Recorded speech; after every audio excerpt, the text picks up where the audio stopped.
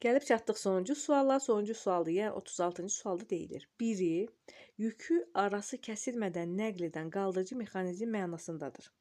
Eskalator, elevator, eskalasiya, evakuasiya, ekskavator. Bu sualda səhv çox olub. İlk baxışdan biraz yazılışı da oxşur bu sözlərin. Mənasında da bəzi oxşarlıqlar var. Ona görə də uşaqlar, mən hər bir sözün ayrıca yazıb şəklini çəkib burada qoymuşam. İndi siz hər bir sözün mənasını qeyd edin, əzbərləyin. Mütləq bu sözləri əzbərləyin, çünki imtahanlarda qarşınıza çıxa bilər. Birinci sözə baxaq, elevator. Elevator sözünün ikinci mənasına birbaşa baxsaq, baxın nə yazıb? Yükü arası kəsilmədən nəql edən qaldırıcı mexanizm.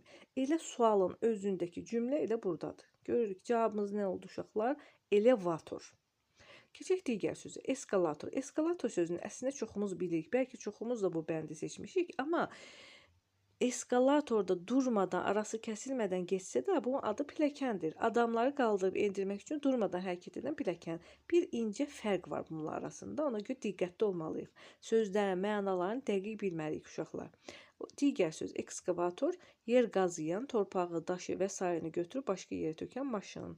Keçək digər sözə, evakuasiya, əhalini, eləcə də idarə, müəssisə və qiymətli maddi vəsaitlərin döyüş və ya təbii fəlakət zonasından çıxarılması. Eskalasiya, bir hadisə və ya prosesin tədricən artması, güclənməsi və genişlənərək yayılması deməkdir. Sözlərimiz bu qədər. Ümidvaram ki, uşaqlar, sizə bu sualların hər biri aydın oldu.